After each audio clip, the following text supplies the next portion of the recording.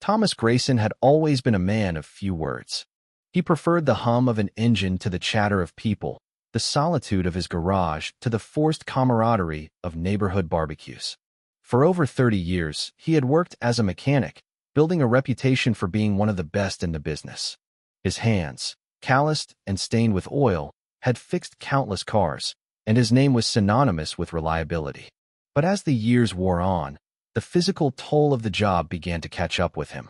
His back ached, his knees creaked, and the long hours under the hood of a car left him exhausted. At 58, Thomas decided it was time to step back. He sold his shop, took the money, and bought a modest house in a quiet suburban neighborhood.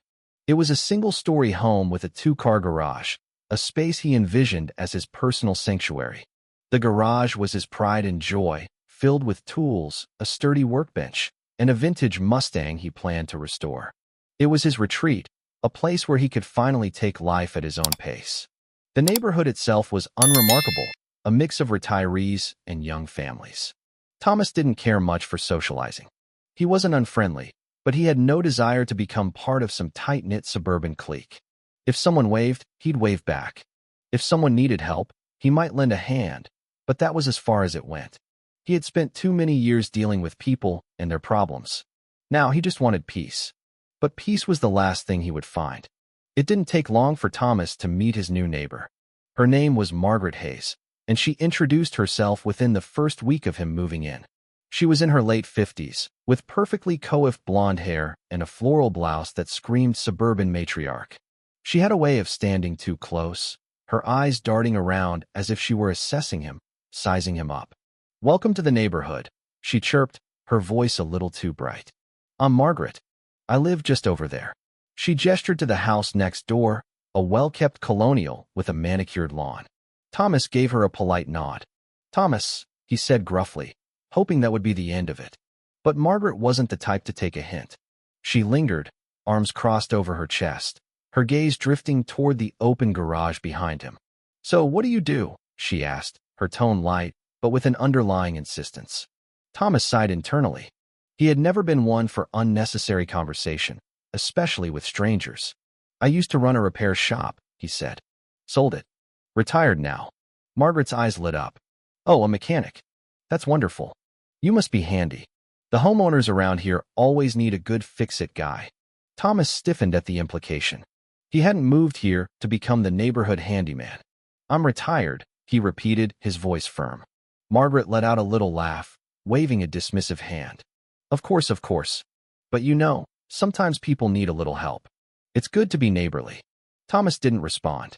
He just gave a non-committal shrug and turned back to his work. He hoped that would be the end of it. But Margaret continued to prattle on about neighborhood events, the way things were run around here, the expectations of the community. She spoke as if she were in charge of the entire block, as if it were her personal domain. That was Thomas's first warning sign. Over the next few weeks, Thomas noticed that Margaret had a habit of being around.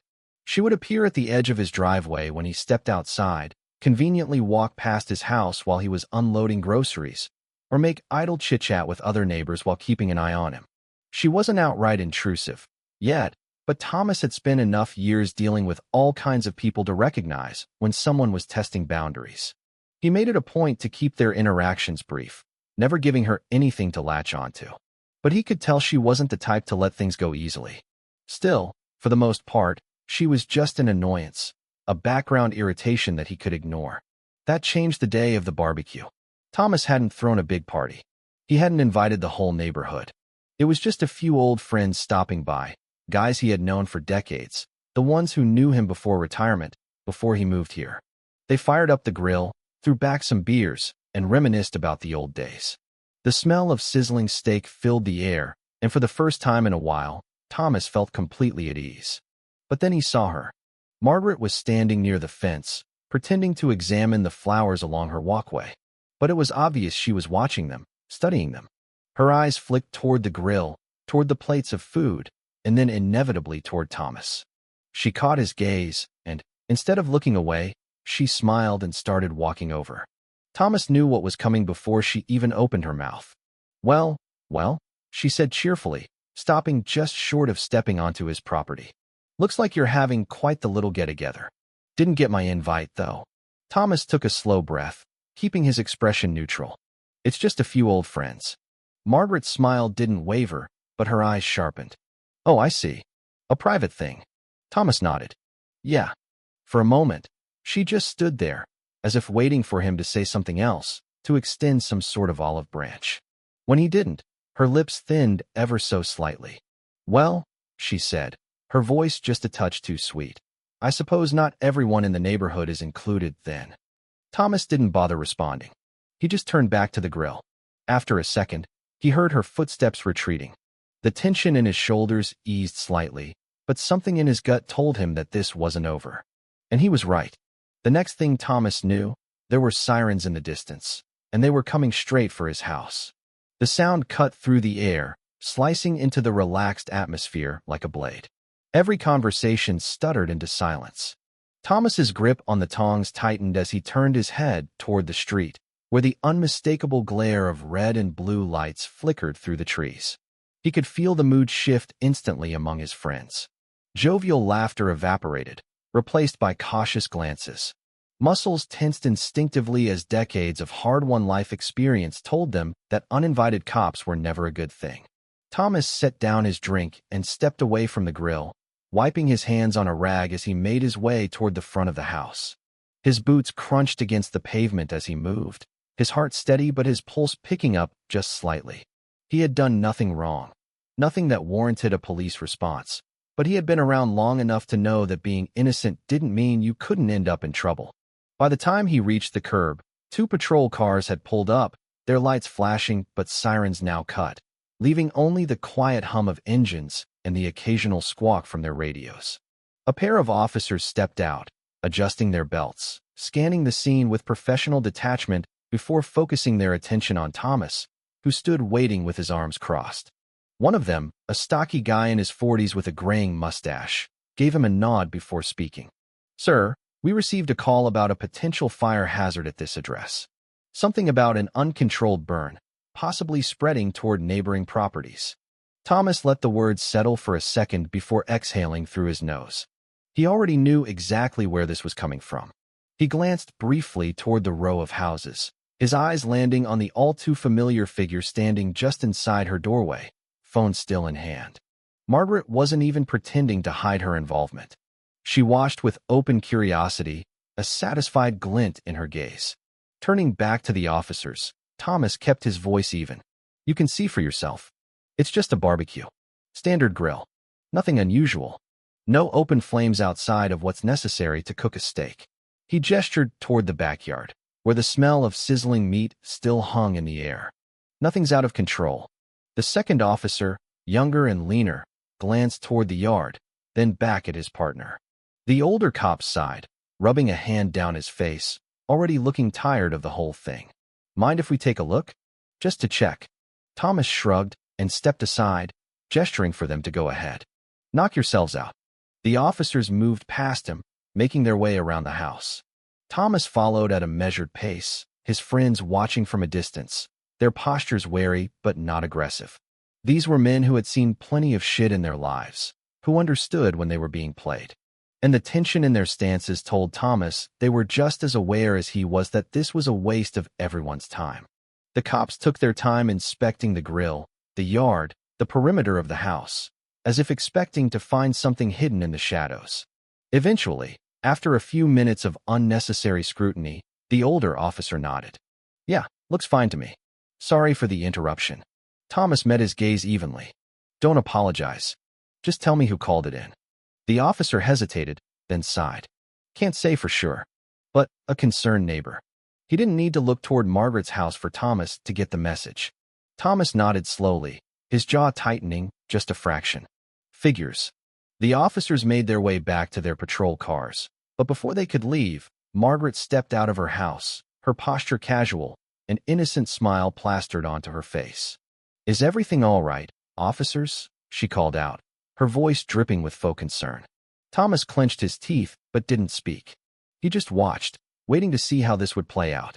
The older officer didn't bother to hide his irritation. Ma'am, there was no fire. No danger. Just a regular barbecue. Margaret put on a little gasp, her hand pressed against her chest. Oh dear. I must have misunderstood. I thought I saw flames getting dangerously high. Better safe than sorry, right? She gave Thomas a pointed look, her eyes sharp despite her sugary tone. I'm sure you understand. Thomas could feel the heat rising in his chest, but he forced himself to exhale slowly, keeping his expression neutral. He had spent years dealing with difficult customers, people who thought they were smarter than they were, people who played little power games just to feel important. Margaret wasn't the first control freak he had encountered. The trick was knowing when to engage and when to let them dig their own hole. The officer gave Margaret a hard look before nodding stiffly.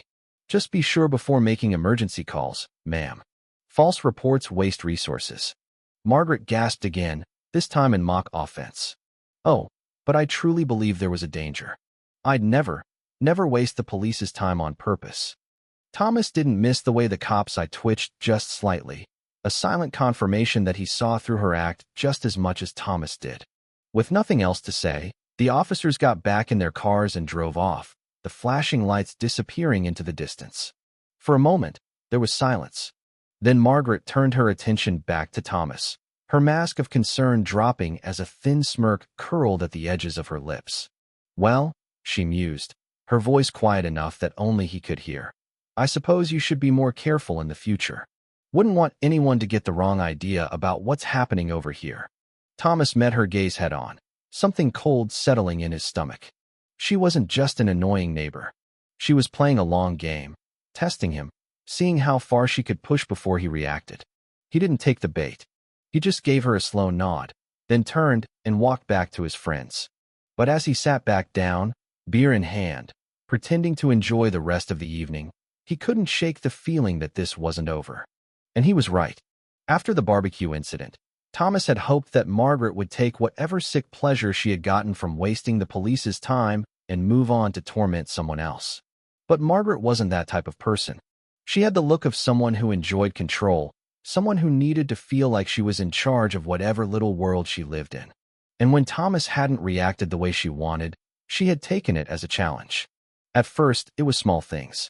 Thomas would come outside in the morning to find that his trash cans had been tipped over, the contents spilling onto his driveway. It wasn't a windy night. It wasn't raccoons. He had lived long enough to know the difference between an accident and something deliberate. Then there were the footprints, too neat, too precise, leading from his driveway to the side of his house. Someone had been walking around his property at night. He had checked the cameras he had installed, but the angles hadn't caught anything conclusive, just a vague figure in the dark, moving too quickly to identify. And then came the letter. It had been stuffed into his mailbox, folded sloppily, as if whoever had placed it there had done so in a hurry. The paper was cheap, the kind that crinkled under his fingers as he unfolded it. The message inside was short, handwritten in jagged, almost aggressive strokes. People like you don't belong here. Thomas stared at it for a long moment, feeling the words settle in his chest like a stone. It wasn't the words themselves that bothered him. He had heard worse in his lifetime, but the implication behind them. This wasn't just some passive-aggressive neighborly dispute anymore. This was turning into something more. He could have gone straight to the police, but he knew how that would go.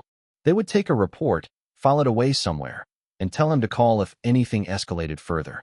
And Margaret, because there was no doubt in his mind that she was behind this, would get exactly what she wanted, a reaction. So Thomas did what he always did when faced with a problem. He prepared. Thomas spent the next few days making sure his property was locked down.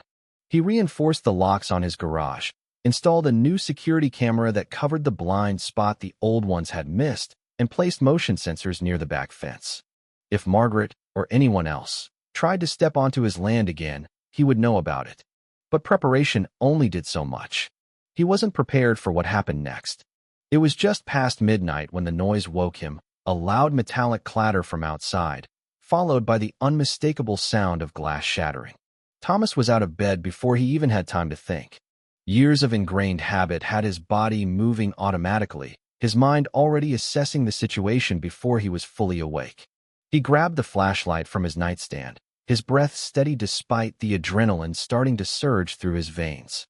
He moved through the house with practiced quiet, his bare feet barely making a sound against the hardwood floor. He didn't turn on the lights, no sense in making himself a visible target. He reached the front door, hesitated for only a second, then eased it open just enough to step outside. The night air was thick, humid, carrying the distant sound of crickets and rustling leaves. His eyes adjusted quickly to the darkness, scanning the yard. And then he saw it. His truck, the one he had parked in the driveway, now had a shattered windshield. Shards of glass littered the hood, reflecting the dim glow of the streetlights. And beside it, lying on the ground like some sort of message, was a brick. Thomas exhaled slowly through his nose, his jaw tightening as he stepped forward. His mind was already running through the possibilities. It was too targeted to be random vandalism. This wasn't some bored teenager pulling a prank. He crouched down, shining the flashlight over the brick. There was something on it, writing, scrawled in thick black marker. The words were uneven and rushed. "Consider this a warning." Thomas stared at it for a long moment, his heartbeat steady but his hands curling into fists at his sides. This was no longer just about annoying a new neighbor. This was personal. For the first time since moving in, Thomas felt something stir inside him that he hadn't felt in years. A deep, quiet anger. The kind that didn't explode outward in loud confrontations, but burned slow instead, simmering into something cold and calculated. He straightened, scanning the street, the houses, the shadows. There was no sign of movement. Whoever had done this was long gone. Thomas didn't call the police right away. He went inside first, checked his security footage, rewound through the past hour. And there, right at the edge of the frame, was a figure, not clear enough to see a face, but clear enough to see the shape, the build, and clear enough for Thomas to know exactly who it was. Margaret. She had covered her face, but she wasn't smart enough to disguise her posture, the way she moved. He recognized it from the times he had seen her walking past his house, that same stiff, deliberate stride. Thomas sat back in his chair, staring at the frozen image on the screen for a long moment. He didn't move. Then, slowly, he reached for his phone. This time, he called the police. When the police arrived, they went through the standard procedure. They took photos, asked questions, made notes. Thomas kept his answers simple, factual. He didn't accuse Margaret outright. He didn't need to. He just handed them the footage and let them draw their own conclusions. The officers exchanged glances as they watched the screen. One of them, the younger of the two, exhaled through his nose and shook his head. "Not exactly the smartest way to handle a neighborly dispute," he muttered. Thomas didn't say anything. He just waited. They told him they would look into it, that they would talk to some people, see what they could find. Thomas knew what that meant. It meant they would go through the motions, maybe question Margaret, maybe not. Unless she admitted to it outright, they wouldn't do much. He walked them to the door, thanked them for their time, watched as they drove away. And then he waited. Because if there was one thing he knew for sure, it was that Margaret wasn't done. She had made her move. Now, it was only a matter of time before she made another. Margaret didn't wait long. 2 nights later, Thomas's security system alerted him to movement near his garage. He grabbed his phone, pulled up the live feed, and there she was, Margaret, standing in the middle of his garage, illuminated by the faint glow of the security lights. She wasn't wearing a mask this time. She wasn't even trying to hide. She moved with slow, deliberate steps, running her fingers along his tools, scanning the shelves as if searching for something. Thomas hit the record button, watching as she circled the workbench. Then, without hesitation, he dialed the police. When they arrived, she was still there, caught in the act. The flashing lights of the patrol cars painted the inside of the garage in alternating shades of red and blue. The officers stepped out, hands resting near their belts, approaching cautiously. Margaret turned, finally realizing what was happening. And for the first time, Thomas saw something he had never seen before: panic. She started talking immediately, her voice too high, too forced. She tried to explain, to spin some ridiculous lie about how she had been invited, about how she had just come to borrow something. But the evidence was right there. The officers weren't buying it. One of them glanced at Thomas. "You have this on camera?" Thomas nodded. Every second, Margaret's expression twisted, her mouth opening and closing as if searching for the right words. But there were none. She had miscalculated. She had thought she was in control, and now, standing in the middle of his garage, caught trespassing on live footage, she knew she had lost. The officers moved in, securing her wrists with practiced efficiency, ignoring her protests, her sputtered excuses. Thomas watched, arms crossed, as they led her toward the patrol car. She turned, locking eyes with him, her face contorted with rage. "You think this is over?" she hissed. Thomas didn't respond. He didn't need to. The car door slammed shut, the lights disappeared down the street, and for the first time in weeks, Thomas felt something he hadn't allowed himself to feel since this all started: relief. But deep down, he knew one thing for certain: Margaret wasn't done. Not yet. Margaret was released on bail the next day. Thomas wasn't surprised. People like her always found a way. But the damage had been done. Her reputation, her carefully crafted image, was shattered. She wasn't the respected figure she once pretended to be. She was just another liar, another fraud, another desperate person who had finally gone too far. Within a month, the for sale sign was up in her yard. And then, just like that, she was gone. Thomas didn't celebrate. He didn't throw a victory party or rub it in anyone's face. He just went back to his life, back to his garage, back to the quiet existence he had wanted in the first place. The day Margaret finally moved out, he watched from his front porch, a cold beer in hand. She didn't look his way, didn't acknowledge him. She just got into her car and drove off without a word. And Thomas, for the first time in months, let himself relax. It was over. For good. Epilogue: the new normal. Life returned to normal, or as normal as it could be after everything that had happened. Thomas continued to work on his Mustang, the steady rhythm of his tools providing a sense of calm that he hadn't realized he had missed. The neighborhood, too, seemed to settle back into its quiet routine, though the whispers about Margaret's downfall lingered for a while. Thomas didn't mind the solitude. In fact, he welcomed it. He had always been a man who preferred the company of machines to people, and now, more than ever, he was content to keep it that way. But as the days turned into weeks, and the weeks into months, Thomas couldn't shake the feeling that something was still off. It wasn't anything he could put his finger on, just a subtle unease that lingered at the edges of his consciousness. Then, one evening, as he was closing up the garage for the night, he saw it. A flicker of movement out of the corner of his eye. He turned, his heart rate spiking for the first time in months, but there was nothing there. Just the shadows of the trees swaying in the breeze. He shook his head, chiding himself for being paranoid. Margaret was gone. She wasn't coming back. But as he locked the garage door and headed inside, he couldn't help but glance over his shoulder one last time. Just in case. Months passed, and life in the quiet suburban neighborhood settled into a rhythm that Thomas Grayson could almost call peaceful. The Mustang in his garage was nearly finished, its engine purring like a contented beast. The neighbors, once wary of him after Margaret's antics, had slowly returned to their usual routines. The for sale sign in front of Margaret's house had been replaced by a sold sign, and a young family had moved in. They seemed nice enough, polite, but not overly nosy. Just the way Thomas liked it. But despite the calm, Thomas couldn't shake the feeling that something was off. It wasn't anything he could pinpoint, just a nagging sense of unease that lingered in the back of his mind.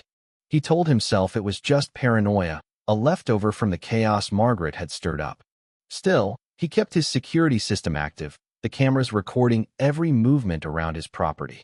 One evening, as he was cleaning up in the garage, his phone buzzed with a security alert. He glanced at the screen, expecting to see a raccoon or a stray cat. Instead, the camera feed showed a figure standing at the edge of his driveway, partially obscured by the shadows of the trees. Thomas's heart skipped a beat. The figure was too tall to be a child, too deliberate in their movements to be a random passerby. He zoomed in on the feed, but the image was too grainy to make out any details. The figure stood there for a moment, then turned and disappeared into the darkness. Thomas hesitated, then grabbed a flashlight and stepped outside. The night air was cool, the streets silent except for the distant hum of a car engine. He scanned the area, but there was no sign of the intruder. Just the faint rustling of leaves in the breeze. He shook his head, chiding himself for overreacting. It was probably just a neighbor out for a late-night walk. Still, as he went back inside, he couldn't shake the feeling that he was being watched. The next morning, Thomas was in his garage, tinkering with the Mustang's carburetor, when he heard a knock at the door. He wiped his hands on a rag and stepped out to see a man standing on his porch. He was in his early 40s, with a lean build and a friendly smile. He wore a button-down shirt and slacks, looking more like a businessman than a neighbor. "Hi there," the man said, extending a hand. "I'm Daniel Carter. I just moved in next door." Thomas shook his hand, noting the firm grip. "Thomas Grayson. Welcome to the neighborhood." Daniel's smile widened. "Thanks. I noticed you've got quite the setup here." He gestured toward the garage, where the Mustang was visible through the open door. "That's a beauty. You restoring it?" Thomas nodded. "Yeah. It's been a project of mine for a while now."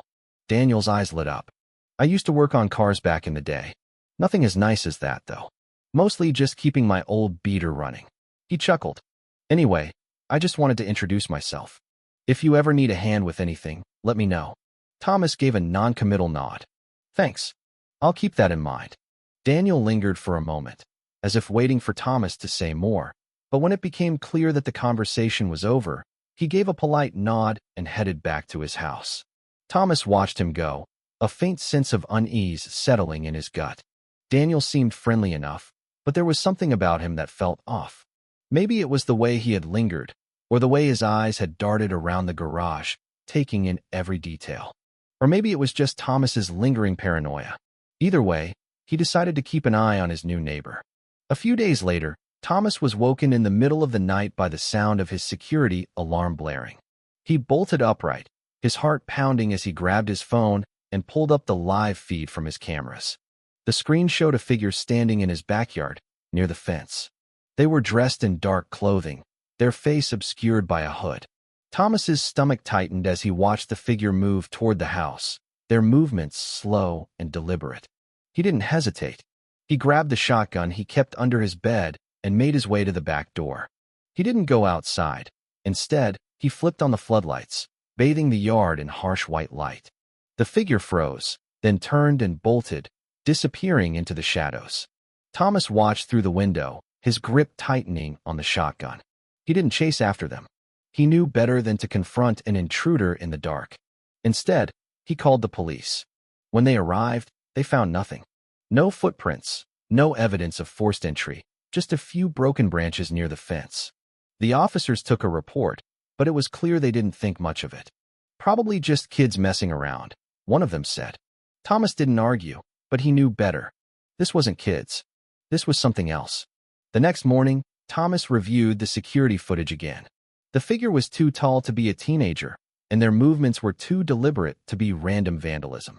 He zoomed in on the image, trying to make out any details, but the hood obscured their face.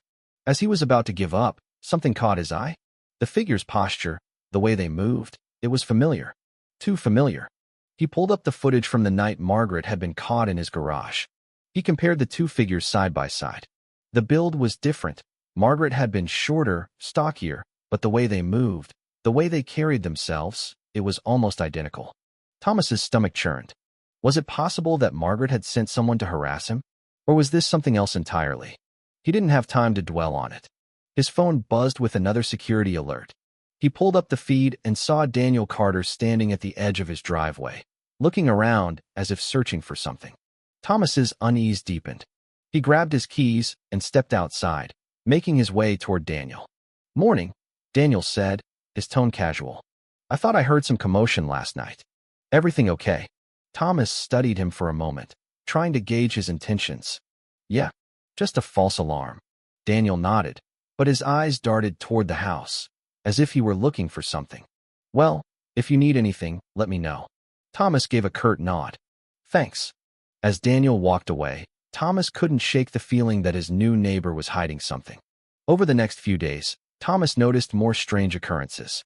His trash cans were tipped over again, the contents spilled across the driveway. The motion sensors near the back fence were triggered multiple times, but the cameras showed nothing. And then there were the whispers, neighbors talking in hushed tones, casting furtive glances his way. Thomas tried to ignore it, focusing on his work in the garage. But the sense of unease grew with each passing day. One evening, as he was closing up the garage, he found a note tucked under the windshield wiper of his truck. It was written in the same jagged handwriting as the previous one. "You should have left when you had the chance." Thomas's hands clenched into fists. He knew this wasn't over. Whoever was behind this, whether it was Margaret, Daniel, or someone else, They weren't going to stop until they got what they wanted. And Thomas wasn't going to wait around to find out what that was. Thomas spent the next few days preparing. He reinforced his security system, adding more cameras and motion sensors. He installed floodlights around the perimeter of his property and set up a silent alarm that would alert him if anyone tried to break in. Then he waited. It didn't take long. 2 nights later, the silent alarm went off. Thomas grabbed his phone and pulled up the live feed. The figure was back, this time standing near the garage door, trying to pry it open. Thomas didn't hesitate. He grabbed his shotgun and made his way to the garage, moving silently through the house. He flipped on the floodlights, bathing the yard in light. The figure froze, then turned to run, but Thomas was ready. He stepped out of the shadows, the shotgun leveled at the intruder. "Don't move," he said, his voice steady.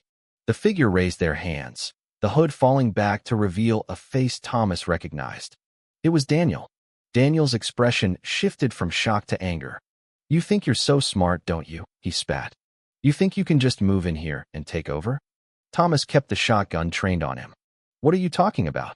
Daniel's eyes narrowed. "Margaret. She told me everything. How you harassed her, drove her out of her own home. She said you were dangerous, that you needed to be stopped." Thomas's stomach churned. So Margaret had sent him. She had found a way to strike back, even from a distance. "You've got it wrong," Thomas said, his voice calm. "Margaret was the one harassing me. She was the one who broke into my garage, vandalized my property. The police have the footage to prove it." Daniel hesitated, doubt flickering in his eyes. But then his expression hardened. "I don't believe you. Margaret wouldn't lie." Thomas sighed. "She's playing you, just like she played everyone else." For a moment, Daniel looked uncertain. Then he lunged. Thomas reacted instinctively, sidestepping the attack and bringing the butt of the shotgun down on Daniel's shoulder. Daniel cried out, stumbling to the ground. Thomas stood over him, the shotgun still trained on him. "It's over," he said. "Call the police. Tell them the truth." Daniel glared up at him, but the fight had gone out of him. He nodded slowly. The police arrived shortly after, and Daniel was taken into custody. Thomas handed over the security footage, showing Daniel's attempts to break into the garage. The officers assured him that they would look into Margaret's involvement, but Thomas knew it would be difficult to prove anything without direct evidence. As the patrol cars drove away, Thomas stood on his porch, watching the flashing lights disappear into the distance. He felt a sense of relief, but it was tempered by the knowledge that Margaret was still out there, still pulling strings from the shadows. But for now, at least, the immediate threat was over. In the weeks that followed, life in the neighborhood returned to a semblance of normalcy. Daniel's house was put up for sale, and a new family moved in. Thomas kept to himself, focusing on his work in the garage and avoiding the whispers of the neighbors. But he didn't let his guard down. He knew that Margaret was still out there, and he had no doubt that she would try again. One evening, as he was closing up the garage, he noticed a figure standing at the edge of his driveway. He tensed, ready for another confrontation, but as the figure stepped into the light, he saw that it was just a young boy from the neighborhood. "Hey, Mr. Grayson," the boy said, holding up a flyer. "We're having a block party next weekend. You should come." Thomas hesitated, then took the flyer. "Thanks," he said. "I'll think about it." As the boy ran off, Thomas looked down at the flyer, a faint smile tugging at the corners of his mouth. Maybe it was time to stop living in the shadows, to start being part of the community again. But as he turned to go inside, he couldn't help but glance over his shoulder, just in case. Thank you for taking the time to listen to today's story on Store of Good Stories. If this story touched your heart or made you think, don't forget to hit like and share the video to spread this positive message to more people. And if this is your first time here, make sure to subscribe and turn on the notification bell so you won't miss any of the meaningful stories we share every week. Your support is the biggest motivation for Store of Good Stories to keep bringing heartfelt and valuable stories to you. See you in the next video.